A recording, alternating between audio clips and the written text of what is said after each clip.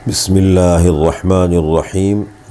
3 حدیثیں ہیں میں آپ کی خدمت میں پیش کرتا ہوں جو زندگی کی بنیاد ہے ہر انسان کے لیے، لیکن ان 3 حدیثوں کے بیان کرنے سے پہلے قرآن کریم کی 2 آیتیں تمہید کے طور پر پیش کرتا ہوں۔ دیکھیں، سب سے پہلی بات، اس امت کے 2 اعزاز ہیں جو اللہ نے قرآن کریم میں ذکر کیا۔ امت کی 2 خصوصیات ہیں۔ پہلی خصوصیت اور پہلا اعزاز یہ ہے وَكَذَلِكَ جَعَلْنَاكُمْ أُمَّةً وَسَطًا لِتَكُونُوا شُهَدَاءَ عَلَى النَّاسِ وَيَكُونَ الرَّسُولُ عَلَيْكُمْ شَهِيدًا۔ اللہ نے تمہیں درمیانی امت بنایا ہے، معتدل امت بنایا ہے، افراط اور تفریط سے پاک۔ یہود و نصارہ کی طرح نہیں کہ افراط و تفریط کا شکار ہو گئے، کسی نے دین میں بہت زیادہ زیادتی کر دی اور کسی نے بہت زیادہ کمی کر دی۔ وہ فرمایا تمہیں درمیانی امت بنایا ہے، یہ اس اعتدال اس امت کا اعزاز ہے۔ اور دوسرا اعزاز ہے کنتم خیر امت اخرجت للناس تأمرون بالمعروف وتنہون عن المنکر وتؤمنون باللہ، کہ اللہ نے تمہیں لوگوں کے نفع رسانی کے لیے نکالا ہے، لوگوں کے فائدے کے لیے نکالا ہے، اچھائی کا حکم کرتے ہو، برائی سے منع کرتے ہو اور اللہ پر ایمان رکھتے ہو۔ پہلے جتنے بھی انبیاء تشریف لائیں، زیادہ تر ایسا ہوتا تھا کہ ایک نبی جب دنیا سے تشریف لے جاتے تھے تو نائب کے طور پر اللہ تعالیٰ دوسرے نبی کو مبعوث فرماتے تھے۔ چونکہ رسول اللہ صلی اللہ علیہ وسلم اللہ کے آخری نبی ہیں، آخری رسول ہیں، نہ آپ کے بعد کوئی نبی ہے نہ کوئی رسول ہے۔ نبوت کا سلسلہ بھی اللہ نے ختم فرما دیا، رسالت کا سلسلہ بھی اللہ نے ختم فرما دیا۔ ظاہر بات ہے، نبوت کا سلسلہ ختم ہو گیا تو رسالت کا تو خود بخود ختم ہو گیا۔ ہر نبی رسول نہیں ہوتا ہے، ہر رسول نبی ہوتا ہے۔ پھر یہ کام اللہ تعالیٰ نے علماء کے ذمے لگا دیا ہے، العلماء ورثۃ الانبیاء وان الانبیاء لم یورثوا دینارا ولا درہما وانما ورثوا العلم، کہ علماء انبیاء کے وارث ہیں، اور انبیاء جب دنیا سے تشریف لے جاتے ہیں دنانیر اور دراہم چھوڑ کے نہیں جاتے بلکہ علم چھوڑ کے جاتے ہیں۔ تو ایک تو یہ بات ہو گئی، یہ پہلی حدیث۔ اس امت کے 2 اعزاز ہیں جو قرآن کریم نے ذکر کیے، اعتدال اور امر بالمعروف نہی عن المنکر۔ دوسری آیت ہے، اللہ تعالیٰ فرماتے ہیں کہ لا یکلف اللہ نفسا الا وسعها، ہم نے مکلف نہیں بنایا انسان کو مگر اس کی طاقت اور گنجائش کے مطابق۔ ایک اللہ کا تکوینی نظام ہے، ایک اللہ کا تشریعی نظام ہے۔ تکوینی نظام جو اللہ کا ہے، جب سے اللہ نے کائنات کو بنایا ہے، مخلوقات کو بنایا ہے، وہ تو جو اللہ چاہیں گے وہی ہوگا، اسی طرح ہوگا۔ چھپا ہوا نظام اللہ کا چل رہا ہے، صحت ہے، بیماری ہے، پیدائش ہے، عزت ہے، ذلت ہے، موت، زندگی ہے، یہ اللہ کا نظام ہے، اس میں کسی کا عمل دخل نہیں ہے۔ اور ایک ہے اللہ کا تشریعی نظام، اللہ نے ہمیں مکلف بنایا کچھ چیزوں کا، یہ کام کرو، یہ مت کرو، یہ صحیح ہے، یہ غلط ہے، یہ جائز ہے، ناجائز ہے، اس میں فائدہ ہے، اس میں نقصان ہے۔ تو تشریعی امور کے اندر اللہ تعالیٰ نے انسان کو مکلف بنایا ہے اس کی طاقت کے مطابق، کہ اتنا کام کرو جو تمہاری طاقت اور تمہاری گنجائش کے اندر ہو۔ کوئی حکم اللہ نے ایسا نہیں دیا جو انسان کے بس اور انسان کی طاقت میں نہ ہو۔ مثال کے طور پر انسان نماز پڑھتا ہے، فرض نماز ہے، واجب ہے، سنت مؤکدہ ہے، تو اس میں قیام فرض ہے، تو اب بیٹھ کے پڑھے گا نماز نہیں ہوگی، قیام لازم ہے۔ لیکن وہی انسان اگر بیمار ہو جاتا ہے، اس کی صحت خراب ہوتی ہے، معذور ہو جاتا ہے، تو وہ بیٹھ کے نماز پڑھتا ہے۔ دیکھو اب حکم اس کے لیے آسان ہو گیا۔ وہی انسان ہے، اس کے لیے کوئی اور عذر آ گیا، اشاروں تک، یہاں تک آخری درجہ کہ اشارے تک پڑھ سکتا ہے، لیٹ کے پڑھ سکتا ہے، اشارے سے پڑھ سکتا ہے۔ تو یہ اللہ کے احکام میں آسانی ہے، اللہ تعالیٰ نے رکھی۔ اور بہت ساری اس طرح کی چیزیں، انسان ایسی جگہ رہتا ہے کہ جہاں بالکل حلال میسر نہیں ہے، چاروں طرف کہیں سفر میں ہے، کہیں مشکل حالات میں آ گیا، اب حلال نہیں ہے، دور دور تک جان جانے کا اندیشہ ہے۔ قرآن کریم نے ذکر کیا انما حرم علیکم المیتۃ والدم ولحم الخنزیر وما اہل به لغیر اللہ فمن اضطر غیر باغ ولا عاد فلا اثم علیہ، کہ اگر ایک انسان مشکل حالات میں آ گیا، جان جانے کا اندیشہ ہے، تو حرام کھا سکتا ہے جس سے جان بچ جائے، لیکن غیر باغ ولا، چاہنے والا نہ ہو، اپنی ذاتی خواہش نہ ہو، اس کی طرف میلان نہ ہو، اور یہ بھی نہ ہو کہ بھوک لگی تھی، کھانا شروع کر دیا تو اب وہ انسان کے کنٹرول سے باہر ہو گیا، شروع ہو گیا، یہ بھی نہیں، اپنے آپ کو اتنا کنٹرول میں رکھے کہ اتنا کھائے کہ جان بچ جائے، حد سے نہ نکلے۔ تو دیکھو اس طریقے سے اور بہت سارے احکام ہیں، جتنے بھی احکام ہم دیکھتے ہیں، جب دین کی سمجھ انسان کو ملتی ہے تو انسان کی ذاتی زندگی ہے، معاملات ہے، شادی بیاہ ہے، بہت ساری چیزوں کے اندر مسائل حالات کے اعتبار سے موقع شناسی، مزاج شناسی، وہ موقع مناسبت کے اعتبار سے احکام بدلتے رہتے ہیں، انسان کی حیثیت ماحول کے اعتبار سے۔ تو لا یکلف اللہ نفسا الا وسعہا، کوئی حکم اللہ نے ایسا نہیں دیا جو انسان کے بس اور طاقت میں نہ ہو۔ یہ 2 آیتیں تو بنیاد ہے اس تمہید کی۔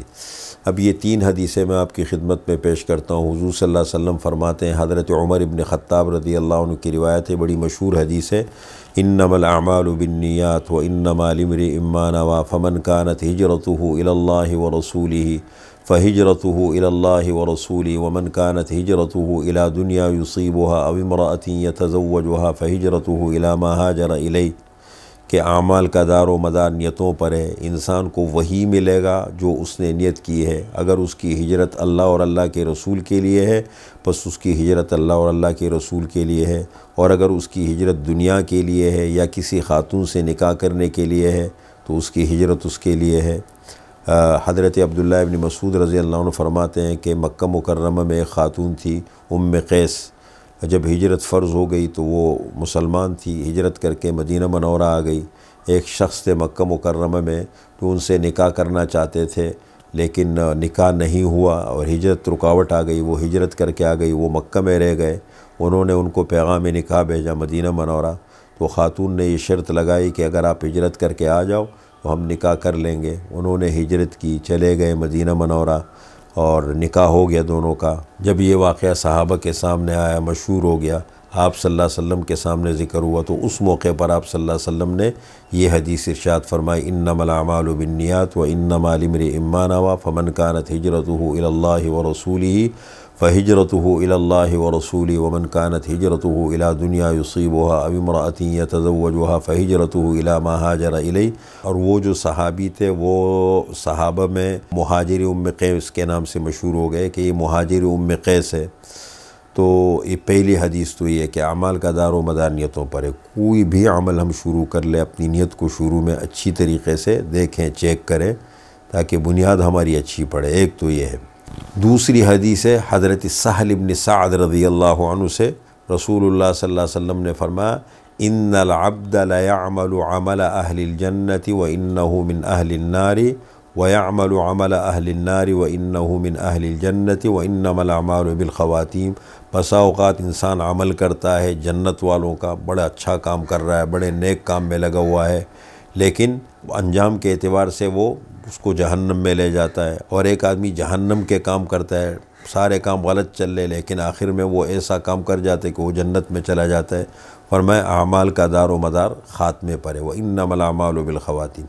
تو سب سے پہلی چیز تو ہے کہ اعمال کی بنیاد جو ہے وہ نیت پر ہے، اور اعمال کا دار و مدار خاتمے پر ہے، اس لیے کہ اپنے عمل کو چیک کرنا پڑتا ہے، انجام کو بھی دیکھنا پڑتا ہے۔ یہ نہیں کہ شروع میں نیت کر لی تو بس ختم، انجام کو بھی دیکھنا پڑتا ہے۔ اپنی نیت کو وقتاً فوقتاً انسان میں لالچ آ جاتی ہے، ماحول انسان کو آگے پیچھے کر دیتا ہے۔ جب چاروں طرف ماحول خراب ہو، جھوٹ ہو، دھوکہ ہو، خیانت ہو، حسد ہو، بدگمانی ہو، حرص، لالچ ہو، یہ چیزیں آ جاتی ہیں انسان میں، انسان کی سوچ بدل جاتی ہے، اور اس کے ساتھ انسان کی نیت بدل جاتی ہے، وعدہ خلافیاں شروع ہو گئی، لالچ شروع ہو گئی، خواہشات میں پڑھ کر کے انسان اپنے اعمال کو تو یہ دیکھنا پڑتا ہے کہ میں نے یہ عمل اللہ کے لیے شروع کیا، انجام تک اس پر نظر رکھے۔ جذباتی لوگ تو ہوتے ہیں، شروع میں اپنی نیت بڑے دعوے کر لیتے ہیں، لیکن پھر انجام کے اعتبار سے وہ کہیں ماحول کے نظر ہو جاتے ہیں۔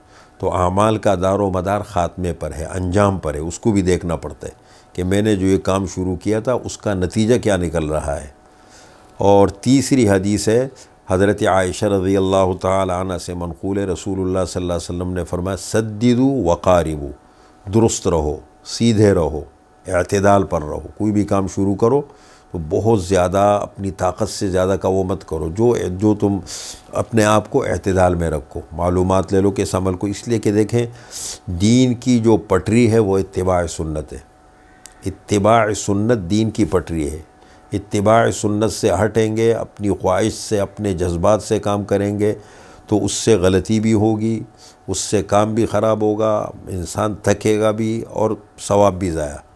اور سنت کے مطابق ایک کام کریں گے، چھوٹا کام ہوگا، تھوڑا عمل ہوگا، اللہ اس میں برکت نصیب فرما دیں گے۔ تقوی اور اتباع سنت۔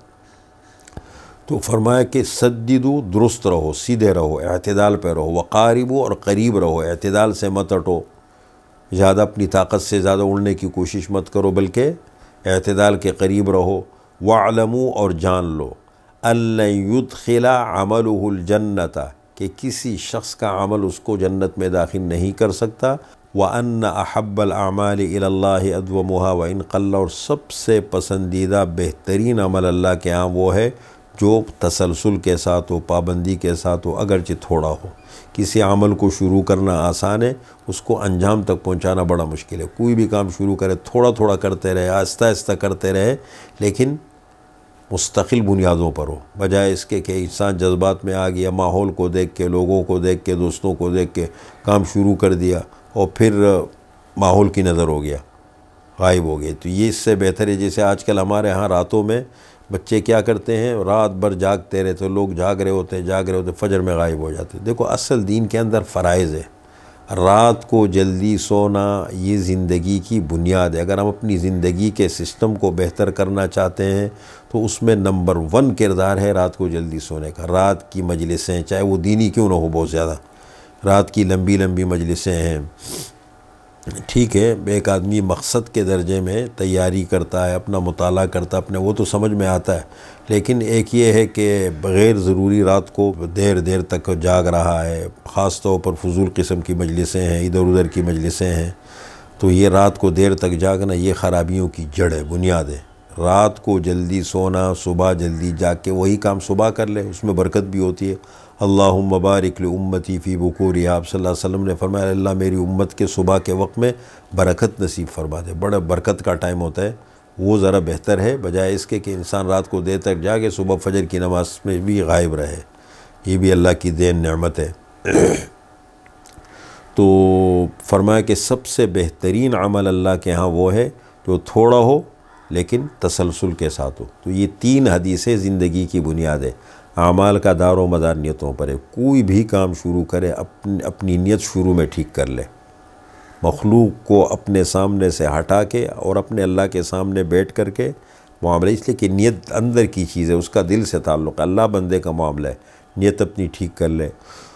دوسری حدیث یہ ہے کہ اعمال کا دار و مدار خاتمے پر، انما الاعمال بالخواتیم، انجام پر بھی نظر رکھے، یہ نہیں کہ بس نیت تو میری ٹھیک ہے اور سفر میں پھر آگے پیچھے جو مرضی چاہے کرتا رہے، تو نیت کو وقتاً فوقتاً چیک کرنا پڑتا ہے۔ اور تیسری حدیث ہے کہ کوئی بھی کام کرے اتنا کرے جو انسان کے بس اور طاقت میں، وہ بہتر ہے بجائے اس کے کہ بہت زیادہ بڑا کام شروع کر دے اور پھر ہمیشہ کے لیے انسان محروم ہو جائے۔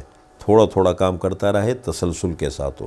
تو یہ 3 حدیثیں ہیں جو زندگی کی بنیاد ہے۔ اگر یہ 3 حدیثیں ہم مد نظر رکھیں اور کوئی بھی کام کرے تو ہمارے کام میں برکت بھی ہوگی، اس کا ثواب بھی زیادہ ہوگا اور شریعت کے مزاج کے مطابق بھی ہوگا۔